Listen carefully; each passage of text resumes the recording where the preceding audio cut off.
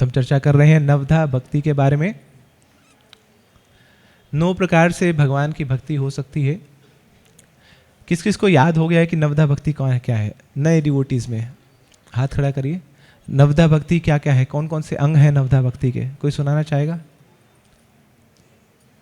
Anyone? पुराने devotees? तुलसी माता जी, और किसको पता है? नेहा माता जी को, कपिल प्रभु को, बस माता जी को भी पता है, रितु माता जी को, रीना माता जी, अनीता माता जी, और यस सतीश प्रभु। ओके ठीक है, तो एक बार बताइए, सब एक साथ बताइए। पहला लिंब कौन सा है भक्ति का? श्रवणम। दूसरा कीर्तनम। थर्ड विष्णु स्मरणम। फोर्थ पाद सेवनम। फिफ्थ अर्चनम। सिक्स्थ वंदनम। सेवंथ दास्यम साख्यम आत्मनिवेदन। तो ये 9 विधा भक्ति है, 9 विधियां हैं भक्ति करने की, जिसमें से हम पहले 3 का अभी चर्चा कर चुके हैं, श्रवणम, कीर्तनम और विष्णु स्मरणम। श्रवण मतलब भगवान के बारे में सुनना, उनकी कथाओं के बारे में सुनना, उनके नामों को सुनना, उनके रूपों को सुनना, उनकी लीलाओं को सुनना, इसे बोला जाता है श्रवणम। और फिर जब आपने श्रवण किया तो क्या करेंगे आप? कीर्तन करेंगे। आप भगवान के नाम, रूप, गुण और लीलाओं का कीर्तन करेंगे, उनका उच्चारण करेंगे। और जब आप श्रवण और कीर्तन में लगे हुए हैं तो क्या होगा? फिर भगवान का स्मरण होगा। और ये हमारे जीवन का लक्ष्य है। स्मर्तव्यम सततम विष्णु विस्मर्तव्य न जातुचित, कि हमेशा हम कृष्ण का स्मरण कर पाएं और कभी भगवान को भूले नहीं। To always remember Krishna and to never forget Krishna, ये हमारे जीवन का लक्ष्य है। तो हमारा स्मरण कब होगा? जब हमारा श्रवण और कीर्तन होगा। जितना अच्छा हमारा श्रवण कीर्तन होगा उतना अच्छे से हम भगवान का स्मरण कर पाएंगे। और जब स्मरण करेंगे तो फिर क्या होगा? विष्णु स्मरण होगा तो फिर क्या होगा? हाँ, जब स्मरण होगा तो भगवान की सेवा करने की इच्छा होगी। तो इसलिए अब नेक्स्ट स्टेप क्या है? पाद सेवनम। भगवान पाद सेवनम मतलब भगवान के चरणों की सेवा करना। तो भगवान तो उपलब्ध है नहीं हमारे सामने, उनके चरण दबा लें आप, उनके चरणों की सेवा कर ले। तो पाद सेवनम का मतलब क्या है? तो बच्चों को कौन देख रहा है आज? है नहीं माता जी? अनुपमा माता जी आप देखें। तो जो बच्चे हैं पीछे जा सकते हैं, उनके लिए वहां पे पीछे एक्टिविटीज होंगी। ओके, तो जब श्रवण कीर्तन होगा तो स्मरण होगा, और स्मरण होने से भगवान की सेवा करने की इच्छा होगी। तो ये पाद सेवनम, इसका मतलब क्या है? पाद सेवन में बहुत सारी एक्टिविटीज आती हैं। जैसे भगवान के मंदिर में जाना, कैसे जाएंगे? पैरों से जाएंगे ना। तो अपने पैरों से चलते हुए भगवान के मंदिर में जाना है, गाड़ी से आए हो जैसे भी आप आएंगे, मगर भगवान के मंदिर में आना, इसको पाद सेवनम बोला जाता है। तो ये एक एक्टिविटी है पाद सेवनम। ऐसे ही भगवान के मंदिर में आए, आप प्रदक्षिणा करते हैं यहाँ पर, तो उसको भी पाद सेवनम बोला जाता है। आप किसी धाम में जाते हैं और वहाँ पर तीर्थाटन करते हैं, तीर्थ यात्रा करते हैं, वो भी पाद सेवनम है। भगवान के चरणों का दर्शन करना, इसको भी पाद सेवनम बोला जाता है। तो इस प्रकार बहुत सारे विधियां हैं जिससे हम पाद सेवन कर सकते हैं, भगवान के चरणों की सेवा कर सकते हैं। भगवान के चरणों में तुलसी अर्पित करना, यह भी पाद सेवन है। तो भगवान के चरण कमल बड़े ही महान है। श्रीमद् भागवत में वर्णन आता है, भगवत उरु विक्रमांग्री शाखा नखमणि चंद्री कया निरस्ततापे हृदि कथम उपसीदताम पुनः सा प्रभवती चंद्री वो द्विते अर्कतापः। कि जिस व्यक्ति ने भगवान के चरणों का आश्रय लिया है, तो फिर उसका हृदय अब जलेगा नहीं। दैट मीन्स कि जिसने भगवान के चरणों का आश्रय नहीं लिया, वो हमेशा जलता रहता है। किस में जलता रहता है? ईर्ष्या में, द्वेष में, क्रोध की अग्नि में हमेशा वो जलता रहता है। इस संसार के तापों में हमेशा वो बर्न करता रहता है उसका हृदय। मगर भगवान के चरणों का जो नख है, जो टेल है, वो ज्वेल्स के समान है, वो आभूषणों के समान है, वो रत्नों के समान है। तो उससे बड़ी सुंदर प्रकाश निकलता है, बड़ा ही तेजस्वी प्रकाश निकलता है। वो प्रकाश ऐसा होता है कि जब भगवान के चरणों का किसी ने आश्रय लिया, तो उस प्रकाश से उस भक्त के हृदय में जो भी अग्नि जल रही है वो बुझ जाती है। दैट मीन्स बड़े ही बहुत ही शांति प्रदान करता है वो, और ठंडक प्रदान करता है भगवान के चरण कमल। तो जैसे शाम होती है तो सूर्य ढकने लग जाता है, ढलने लग जाता है, और चंद्रमा उदय होता है, और चंद्रमा उदय होने से सूर्य की जो भी ताप है, सूर्य का जो भी अग्नि है, ज्वाला है, वो शांत होने लग जाती है। अब वो चंद्रमा की शीतलता से सब शांत हो गया। ऐसे ही भगवान के चरणों का जिसने आश्रय लिया, भगवान के चरणों में इतनी शीतलता है कि संसार के सारे तापों को वो नष्ट कर देती है। और उरु विक्रमांग्री बताया गया है भगवान के चरणों को।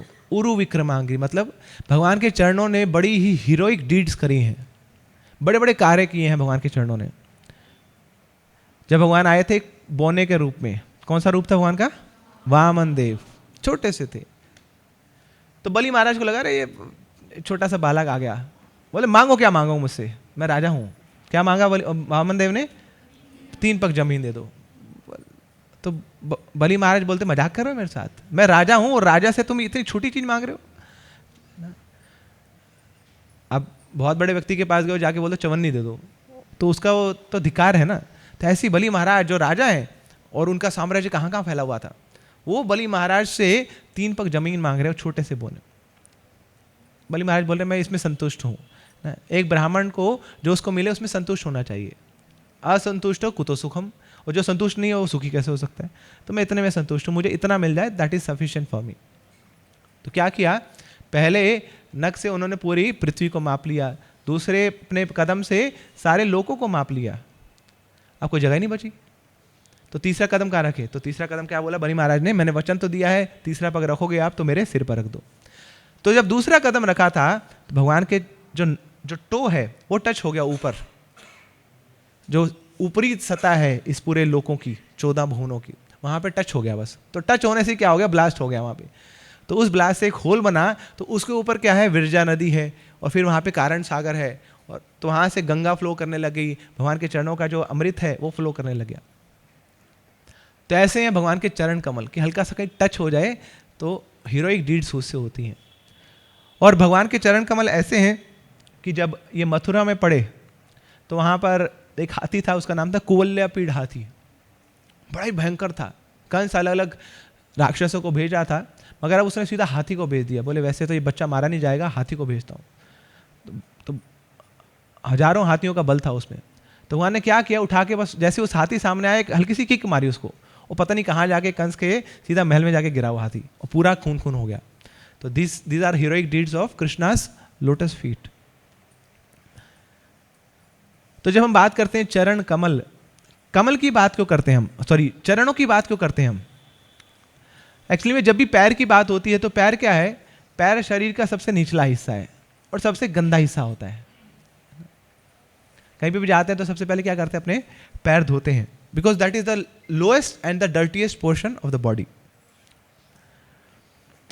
तो किसी का पैर हमारे पास हमारे ऊपर लग जाए तो क्या करते हैं? हम सफाई करते हैं उसकी, अपने हाथ धो लेते हैं।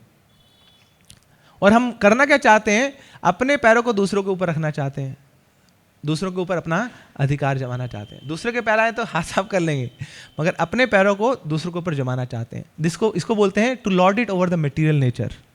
भगवान की जो प्रकृति है भगवान की, मगर इस प्रकृति को हम अपनी प्रकृति बनाना चाहते हैं। यहाँ के जो जीवात्मा है उनको कंट्रोल करना चाहते हैं, यहाँ के जो चीज़ें हैं उनको कंट्रोल करना चाहते हैं। तो ये कंट्रोलरशिप एटीट्यूड है हमारा। ऐसे ही बड़े सारे गुरु भी होते हैं, है ना? तो उन गुरु के चरणों में लोग पीछे भागते रहते हैं, मगर ऐसे गुरु जो केवल काम वासनाओं से लिप्त हैं, जो अपनी इंद्रियों को संतृप्त करना चाहते हैं, ऐसे गुरुओं के जो फीट हैं वो कहलाए जाते हैं बोगस फीट। वो लोटस फीट नहीं है, भगवान के होते हैं लोटस फीट, मगर ऐसे गुरुओं के होते हैं बोगस फीट। उनसे दूर रहना चाहिए हमें, बचना चाहिए हमें। मगर भगवान के चरण कमल वो ऐसे हैं कि जिसने उसको छू लिया या जिसने उन चरणों का आश्रय ले लिया तो इसके हृदय में जितने भी पाप हैं, पापों के पहाड़ हैं, वो नष्ट हो जाते हैं। गोपियां इसका वर्णन करती हैं गोपी गीत में। आजकल तो दामोदर महीना चल रहा है तो शाम को गोपी गीत गाया जाता है, तो उसमें बड़ा सुंदर वर्णन आता है। प्रणत देहिनां पापकर्षणं तृणचरानुगं श्रीनिकेतनम् फणिफणार्पितां ते पदाम्बुजां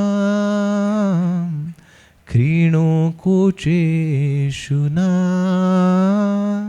क्रेन्धिरेच्छयम्। तो गोपियां भगवान के चरणों की महिमा गा रही है यहाँ पर।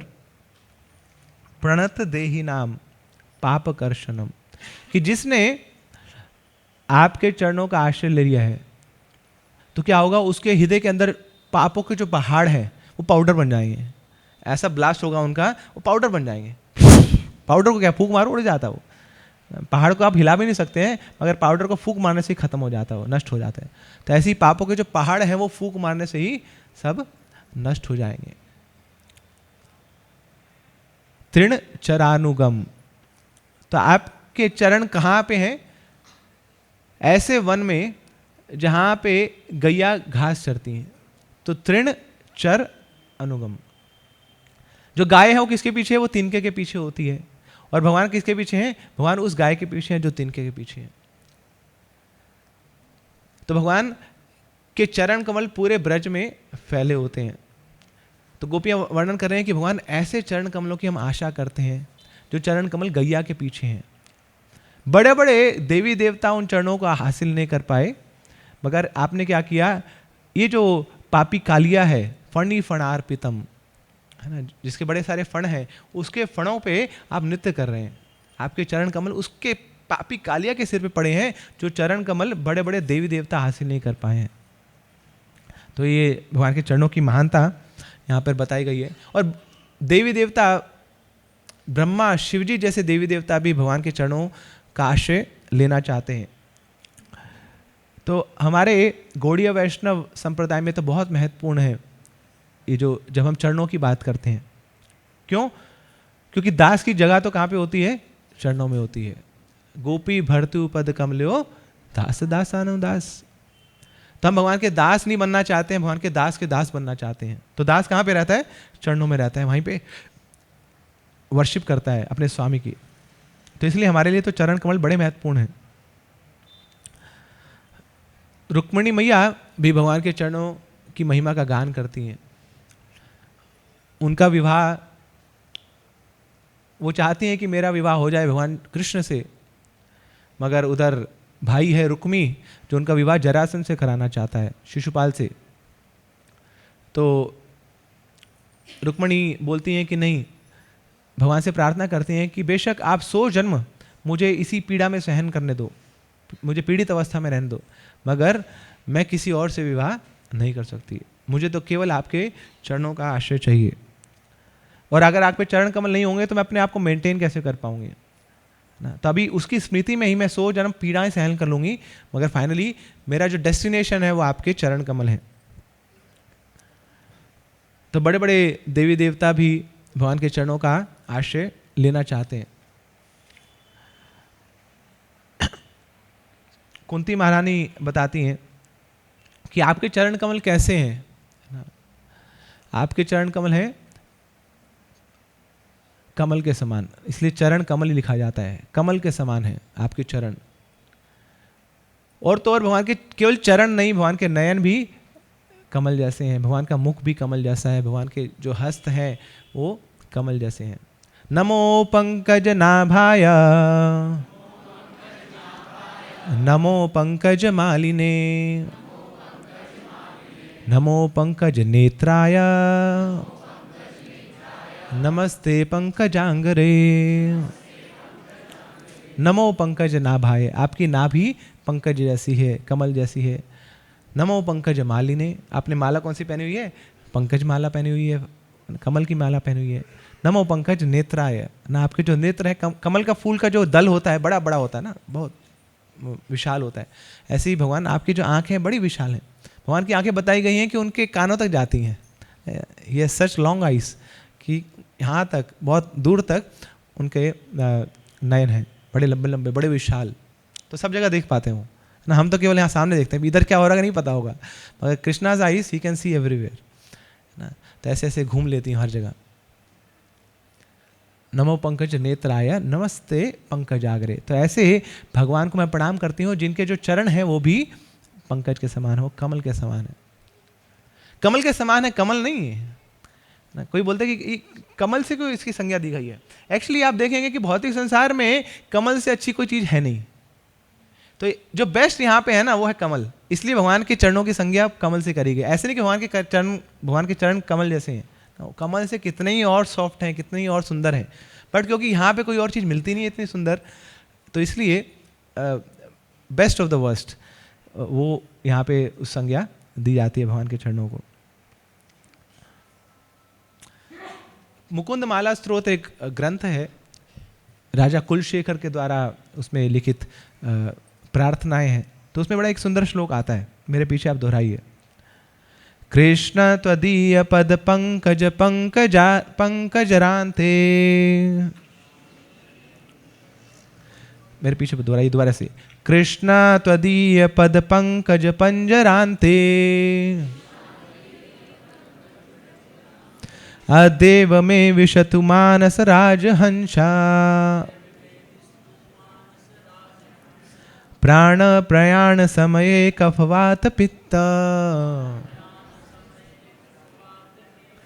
कंठावरोधन विधौ स्मरणम कुतस्ते।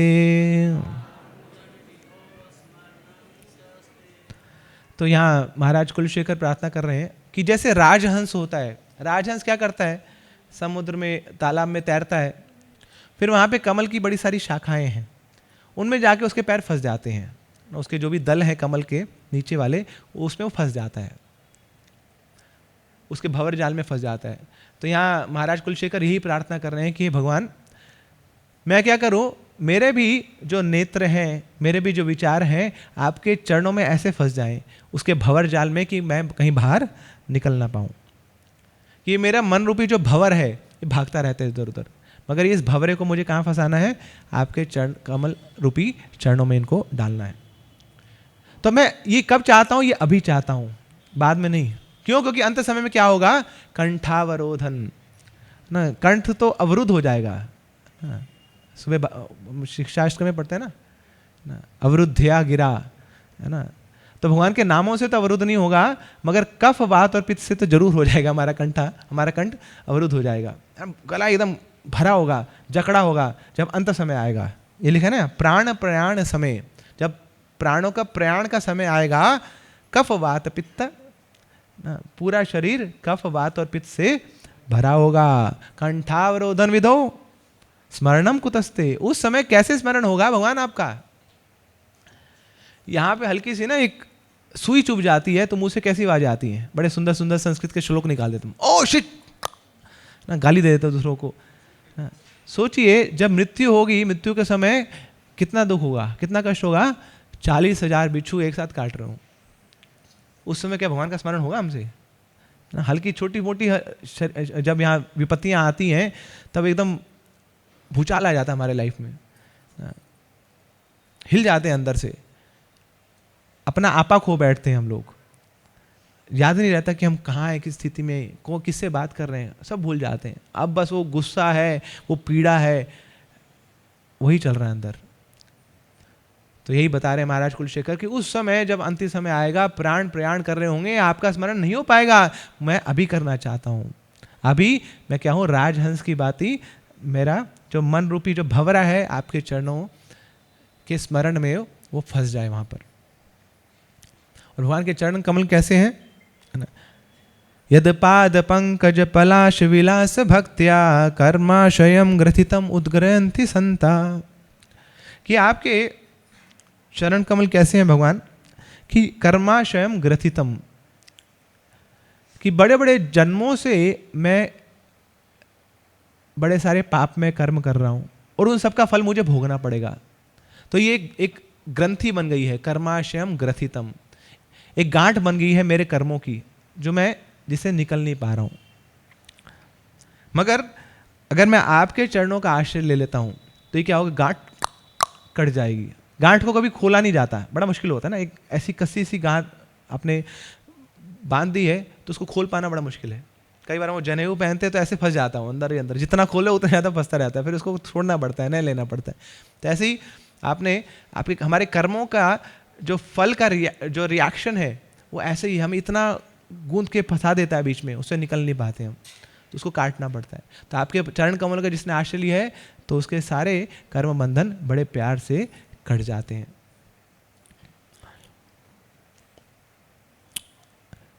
वेंकटेश्वर सुप्रभातम, जो साउथ इंडिया में बोला जाता है ना, भगवान वेंकटेश के आह्वान में सुबह सुबह बोला जाता है, तो वहाँ पे बोल रहे हैं, I seek refuge at your feet which are first to be seen. भगवान मैं आपके चरणों का आश्रय ले रहा हूँ क्योंकि आपके चरण कमल संसार में ऐसी वस्तु है जो सबसे पहले देखने योग्य है। बाकी और क्या देखेंगे, सबके सड़े हुए चेहरे देखेंगे सुबह सुबह, है ना। यहाँ पे मुंह पे फफूंद लगा होता है, क्या क्या लगा होता है, लार लगी होती है, आंखें ऐसी निकली होती हैं, है ना। तो वही चेहरे दिखते हैं सबके। उसके बाद फिर नहाते धोते हैं, फिर क्रीमें थोपते हैं, अब थोड़ा दिखाने योग्य चेहरा बनता है उसके बाद। मगर सुबह सुबह तो सब किसका चेहरा देखेंगे। मगर हाँ, भगवान आपके जो चरण है वो कमल के समान है। वो क्या करेंगे, मेरे जीवन में फ्रेशनेस ले आएंगे, एक नया उत्साह ले आएंगे। तो that is the first thing I should सी।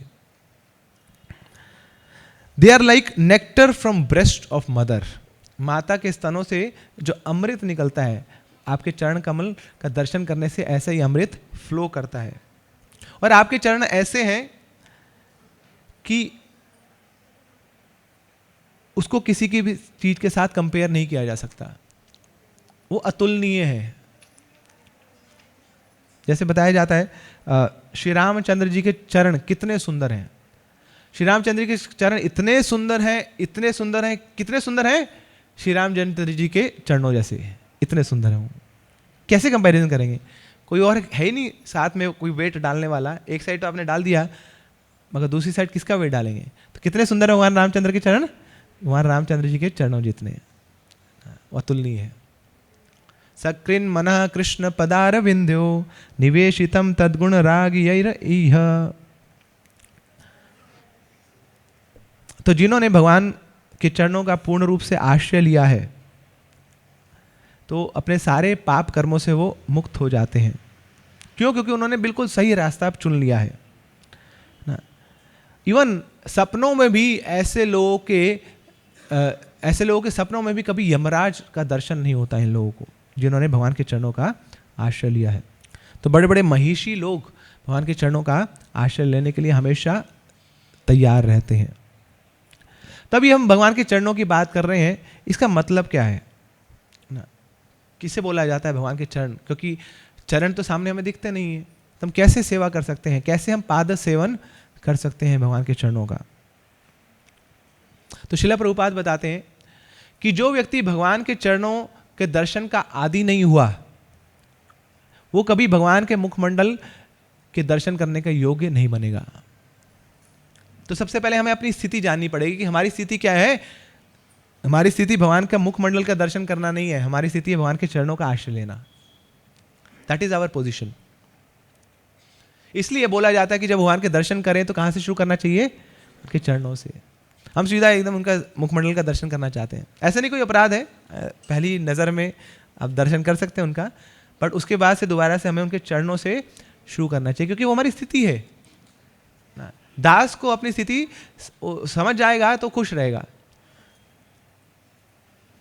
ऐसे ही बताया गया है श्रीमद् भागवतम में, बड़े सारे स्कंद हैं, बड़े सारे कैंटोज हैं, 12 कैंटोज हैं।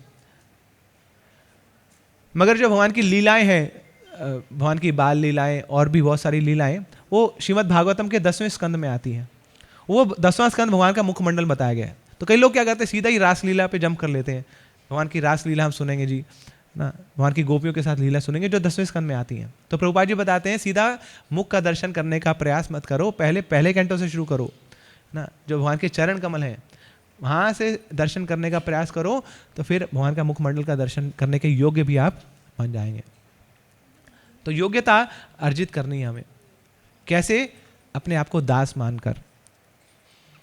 तो हमारे जितने बहुत सारे आचार्य हैं उन्होंने बड़े सारे वैष्णव भजन लिखे हैं, गाए हैं, और हर वैष्णव भजन में आपको कहीं ना कहीं भगवान के चरणों की महिमा, भगवान के चरणों को का ग्लोरिफिकेशन मिल जाएगा। गौरांगेर दूती पदा जार धन संपदा, गौरांगेर दूती पदा, ये जो चैतन्य महाप्रभु के जो चरण है ये क्या है, मेरी सबसे बड़ी संपदा है। These are my top most treasure.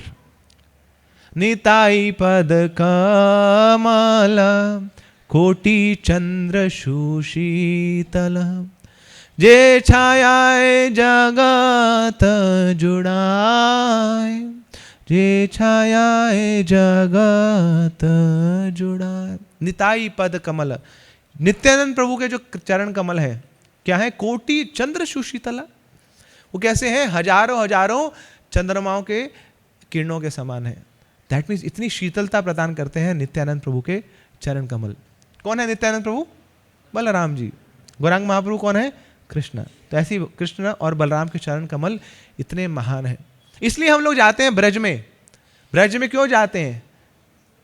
Braj में जाते हैं ब्रज की रज को अपने माथे पे लगाने के लिए, क्योंकि उस ब्रज की रज में कृष्ण और बलराम के चरण कमल फैले हुए हैं, इसलिए वो ब्रज की रज इतनी महान है। भक्त पद धूलि भक्त भक्त जल भक्त भुक्त अवशेष, यही 3 महाभक्त। तो बताया जाता है कि मायापुर का कीर्तन बड़ा विशेष है। मायापुर में अगर आप गए और वहाँ पे कीर्तन नहीं सुना तो व्यर्थ है सब, आपका जो धाम यात्रा है वो निष्फल है। ऐसी जगन्नाथपुरी का प्रसाद, जगन्नाथपुरी में गए और जगन्नाथ जी का प्रसाद नहीं पाया आपने तो क्या क्या फायदा हुआ।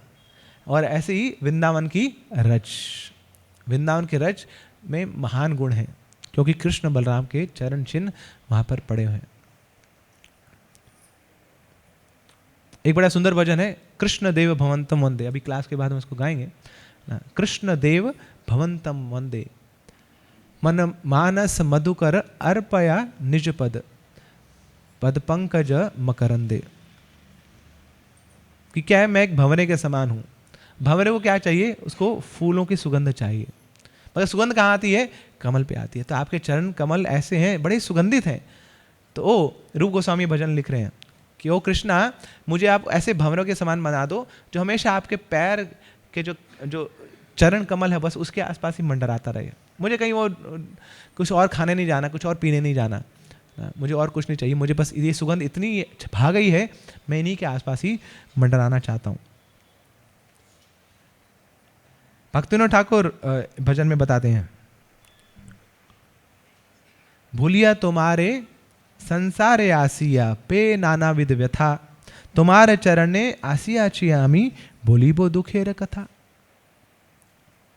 भूलिया तुम्हारे संसारे आसिया, आपको भूल कर ही तो मैं आया हूं इस संसार में।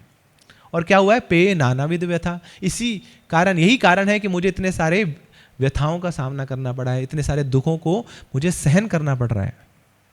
तुम्हारे चरणे आसिया चियामी, अब मैं क्या करूंगा? मैं कुछ और नहीं करूंगा, बस आपके चरणों को पकड़ लूंगा, बोली बे दुखेर कथा, और अपनी सारी दुख की कथा मैं बोलता रहूंगा।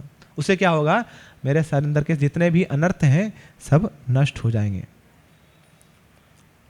एको न बुझिनो प्रभु तोमार चरण, सकल छाड़िया तुआ चरण कमले, पड़ियाछि आमी नाथा तव पद तले, एको न बुझिनो प्रभु तोमार चरण। कि प्रभु मेरे को और कुछ नहीं चाहिए, मैं केवल और केवल आपके चरणों का भजन करना चाहता हूं। क्या होगा उससे? सकल छाड़िया तुआ चरण कमल, में सब कुछ छोड़ के आपके चरणों के आश्रय में आ जाऊंगा। पोड़ी आशी आमी नाथा तव पतले, और हमेशा आपके चरणों के नीचे रहूंगा। मतलब आप जब जब चलोगे तो मुझे आपका आश्रय मिलता रहेगा, आपका संग मिलता रहेगा। थोड़ा कष्ट तो होगा, किसी के पैरों के नीचे आ जाओगे तो क्या होगा? उसका भार सहन करना पड़ेगा। वो भार सहन कर लूंगा, वो कष्ट सहन कर लूंगा, मगर आपके चरणों को छोड़ूंगा नहीं।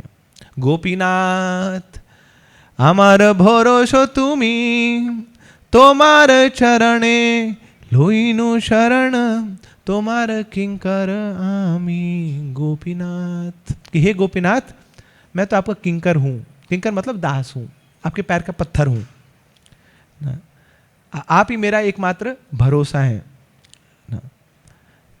तो क्या करिए, फिर आगे बोलते भक्तिविनोद ठाकुर, आमी की दोषे दोषी गोपीनाथ, आमी की दोषे दोषी असुर सकल पाइलो चरण विनोद ठाकिलो बोसी गोपीनाथ, कि असुरों को तो आपके चरण कमल का आश्रय मिल जाता है ना।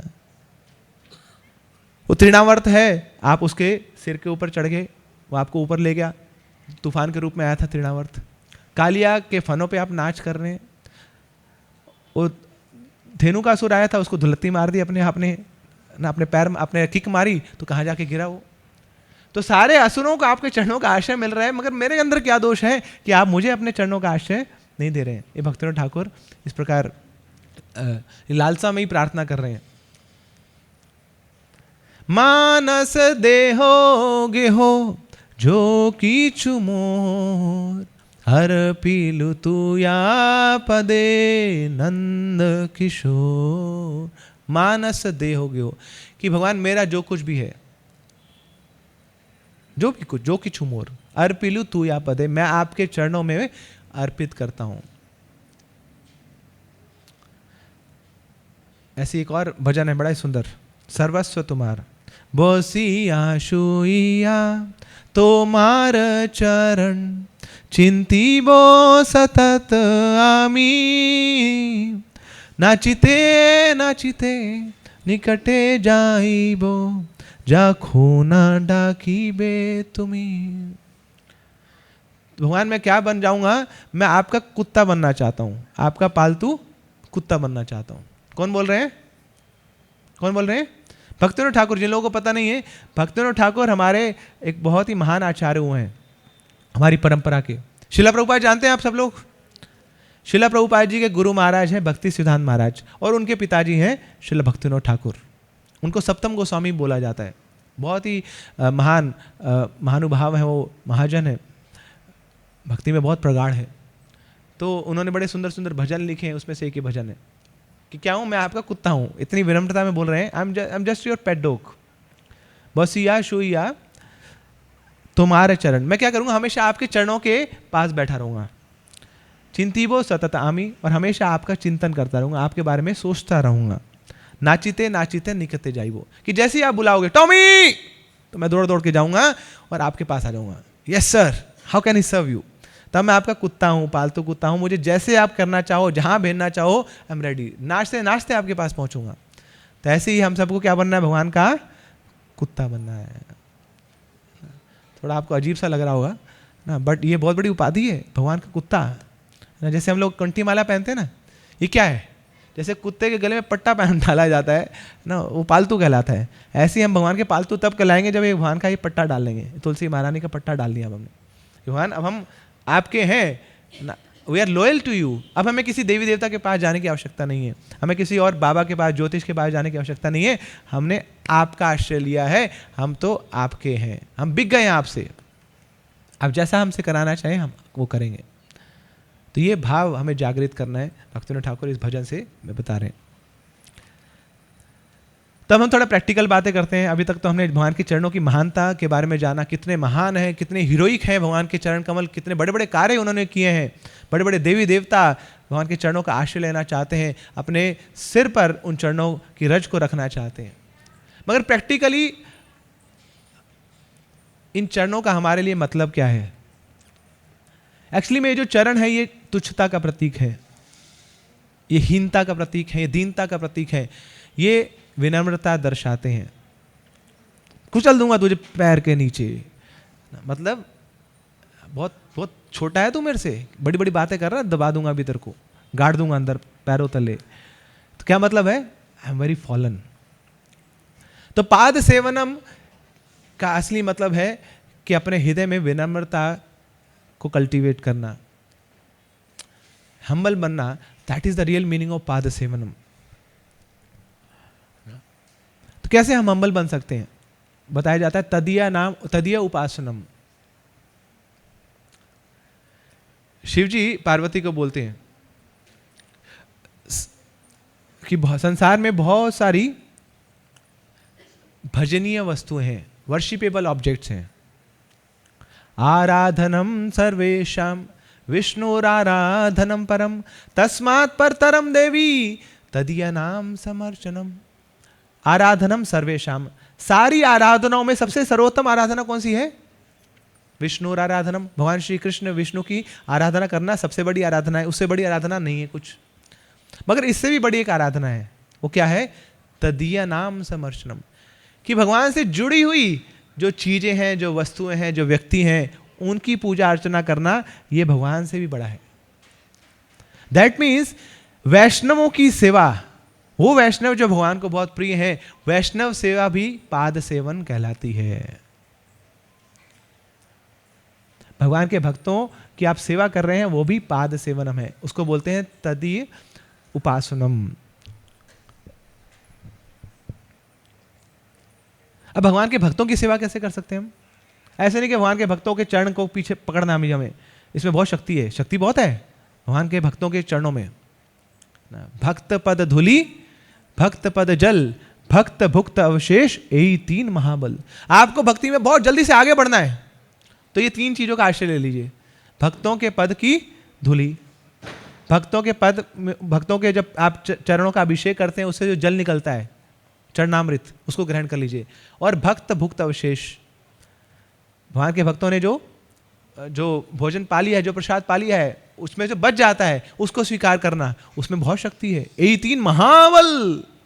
अभी तो हमारी भक्ति अटकी हुई है कहीं पे भी, है ना, लटके हुए हैं जी हम, कुछ हो ही नहीं रहा, गड्ढे में गिर गए जैसे हम।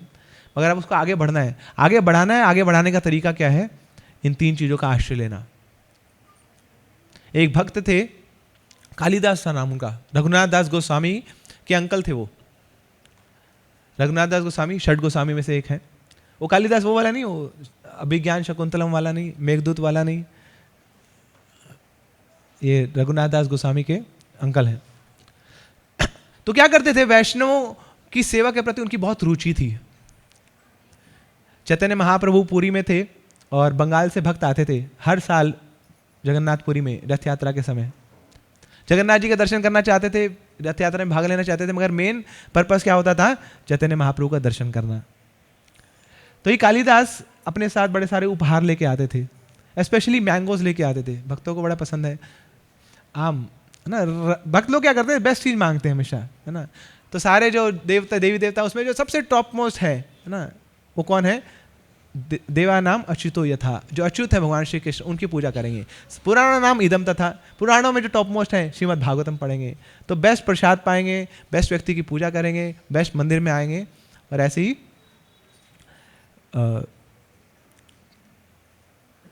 बेस्ट जो आम, जो फलों का राजा है आम, उसका सेवन करेंगे।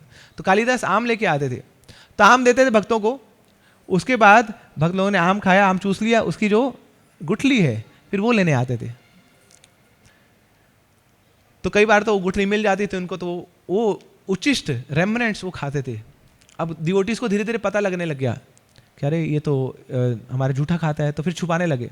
अब छुपा तो लिया मगर कहीं ना कहीं तो फेंकेंगे, तो वहाँ पेड़ के डाल के पीछे छुप जाते थे वो, कि जब वो आएगा वो गुठली जो चूसी गई है वो जो महाप्रसाद बन चुकी है ना, भगवान ने पा लिया तो क्या बन गया? प्रसाद। भगवान के भक्तों ने जब उस प्रसाद को पा लिया तो क्या बन गया? महाप्रसाद। तो वो महाप्रसाद पाने की इच्छा है उनकी, तो छुप छुप के वो महाप्रसाद पाते थे। एक भक्त आए जिनका नाम था झाड़ू ठाकुर। तो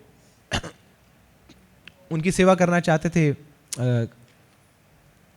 कालिदास। तो क्या किया? ऐसी आम रख के चले गए वहां पर। तो जो झाड़ू ठाकुर थे बड़ी छोटी जात के थे वो। तो कालिदास ने जब उनको मैंगोस दिए और बोला कि अपना महाप्रसाद मुझे दे देना, तो झाड़ू ठाकुर बोलते अरे मेरा महाप्रसाद खाएंगे आप? मैं तो बड़ा ही तुच्छ हूँ, मैं तो ब्राह्मण भी नहीं हूँ, आप तो बड़े उच्च कोटि के भक्त हैं, तो आपको ये शोभा नहीं देता। मैं ऐसा करता हूँ कि आपने जो भी भोग दिया मुझे, मैं ये वैष्णवों को अर्पित करता हूँ। तो वैष्णव जो ब्राह्मण है इसको पाएंगे, उनका उचिष्ट मैं आपको दिलवाने का इतना प्रयास कर सकता हूँ, ये अरेंजमेंट मैं आपके लिए कर दूंगा।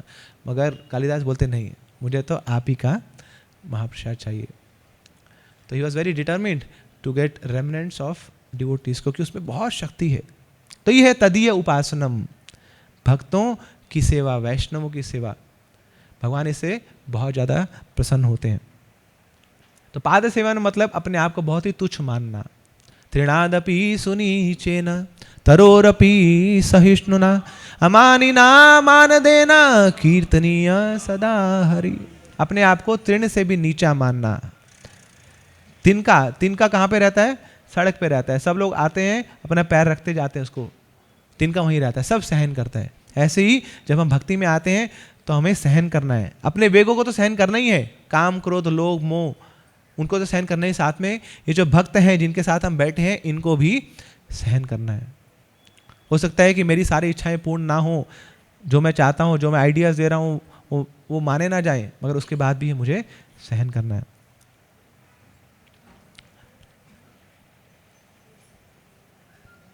और क्या है पाद सेवनम? गुरु की सेवा करना। गुरु कौन है? गुरु भगवान के समान है।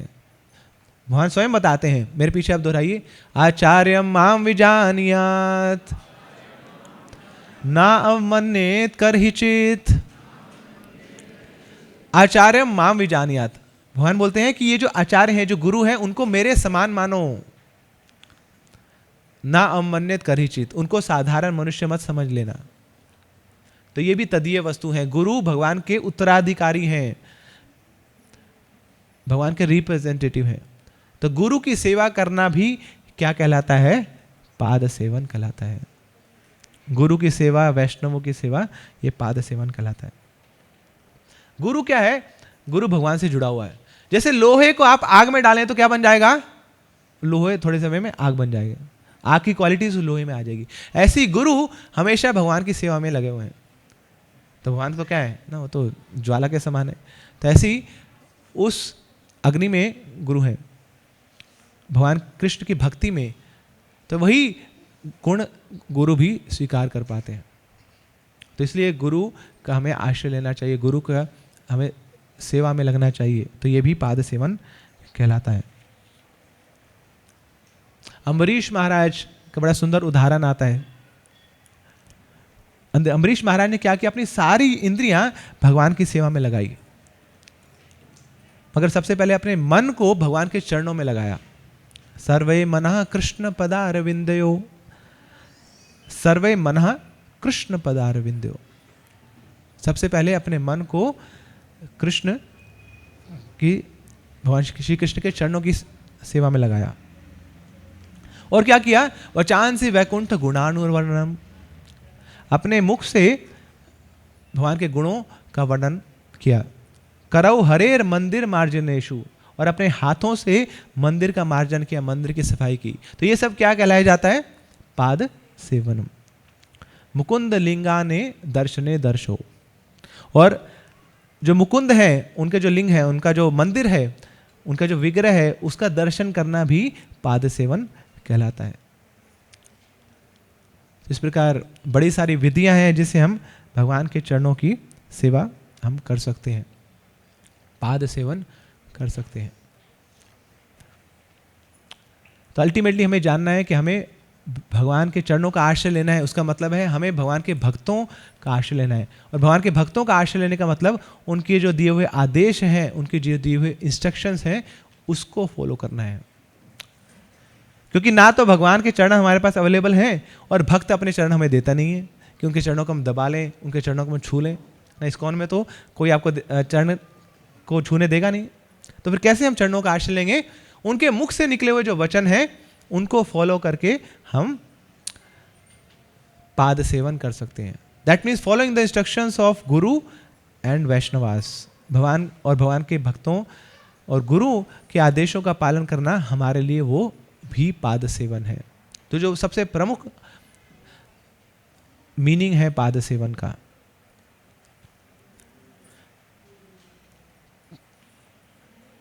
प्रभुपाद जी एक बार ट्रेन में जा रहे थे और सामने एक व्यक्ति बैठा था, वो बिजनेसमैन था। अब बिजनेसमैन तो क्या, हर जगह अपना दुकानदारी शुरू कर देते हैं। तो बोले, उनको दिखा सामने स्वामी जी हैं, बड़े सारे चेले चपाटे हैं इनके, तो उनको लगता है बड़ी महान साधु हैं, बड़ी शक्तियाँ इनके पास, सिद्धियाँ हैं। तो आ गया प्रभुपाद जी के पास और आता है, स्वामी जी है ना, आशीर्वाद दो ना अपना, है ना, मेरा सुख समृद्धि बढ़ जाए, मेरा ये बिजनेस बढ़ जाए। तो बार बार आता रहा। प्रभुपाद बोले नहीं नहीं नहीं, मेरे पास कोई शक्ति नहीं है, मैं कोई योग्य नहीं हूँ आशीर्वाद देने का। बोले स्वामी जी बस एक बार अपने चरण छूने दो, अपने हाथ मेरे सिर पर रख दो ना, बस सारा बेड़ा पार हो जाएगा मेरा। तब प्रभुपाद ने बोले कि हाँ ये तो ठीक है ना, मेरे चरणों को आप छू लेंगे, मेरे हाथ से अपने सिर पे आशीर्वाद ले लेंगे, मगर मेरी जो असली शक्ति है वो मेरे मुख में है। साधु की असली शक्ति क्या होती है? उसके वचनों में होती है। साधु के वचनों को आप मान लेंगे तो क्या होगा? स्वतः ही हम भक्ति में बहुत आगे बढ़ जाएंगे। इसलिए हम सुबह गुरु पूजा में बोलते हैं, है ना, वंदो मुई सावधाना मते।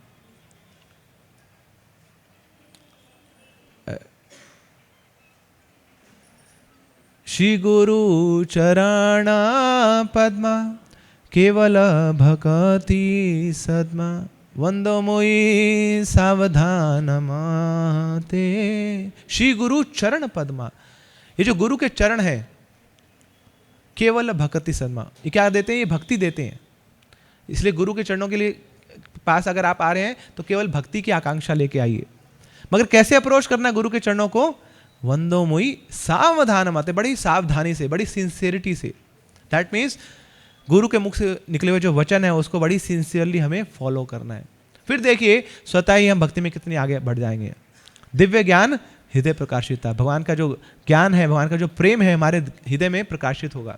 ये कनेक्शन है, ये कॉन्फिडेंशियल फॉर्मूला है भक्ति में आगे बढ़ने का, कि जिसको भी भगवान श्री कृष्ण का प्रेम चाहिए वो क्या करें? वो गुरु को, वैष्णवों के आदेशों का पालन करने लग जाए। फिर देखिए कैसे भक्ति में बड़ी उन्नति होती है, बड़ी जल्दी भगवान के प्रति रति हमारे हृदय में जागृत होगी, गुरु के प्रति निष्ठा हमारे हृदय में जागृत होगी। बस हमें क्या करना है? हमें इंस्ट्रक्शंस को, उन आदेशों को फॉलो करने का प्रयास करना है। बेशक शक्ति क्यों ना हो हमारे पास, ना शक्ति विहीन क्यों ना हो, मगर इच्छा अगर जागृत कर ली कि मुझे गुरु के इंस्ट्रक्शंस को फॉलो करना है, तो निश्चित रूप से हम भगवान का पाद सेवन कर पाएंगे। और साथ में गुरु शक्ति भी देते हैं उन आदेशों को पालन करने की। तो ये हिडन लेसन है हमारे लिए पाद सेवन का। हाँ, पाद सेवन बड़े अलग अलग तरीकों से किया जा सकता है। आप भगवान के मंदिर में आइए, ये भी पाद सेवन है। मंदिर में आके प्रदक्षिणा करिए, ये भी पाद सेवन है। भगवान के चरणों में तुलसी अर्पित करिए, ये भी पाद सेवन है। भगवान के विग्रहों का दर्शन करिए, वो भी पाद सेवन है। आप धाम यात्रा करिए, वो भी पाद सेवन है। अलग अलग धाम में जाके, वहाँ पे जाके परिक्रमाएं करिए, गोवर्धन परिक्रमा करिए, श्री क्षेत्र की परिक्रमा करिए जगन्नाथपुरी में, और आप मायापुर में चली जाइए, नवदीप मंडल परिक्रमा करिए। आप ब्रज में चले जाइए, ब्रज मंडल परिक्रमा करिए, वृंदावन की परिक्रमा करिए, बरसाना की परिक्रमा करिए। ये सब पाद सेवन कहलाते हैं। अगर सबसे जो प्रमुख है पाद सेवन, वो है भगवान और भगवान के भक्तों के जो आदेश हैं उनको हृदय सार करना, उनको अपना मान लेना, तो फिर हमारे जीवन की वो सफलता है। हरे कृष्णा।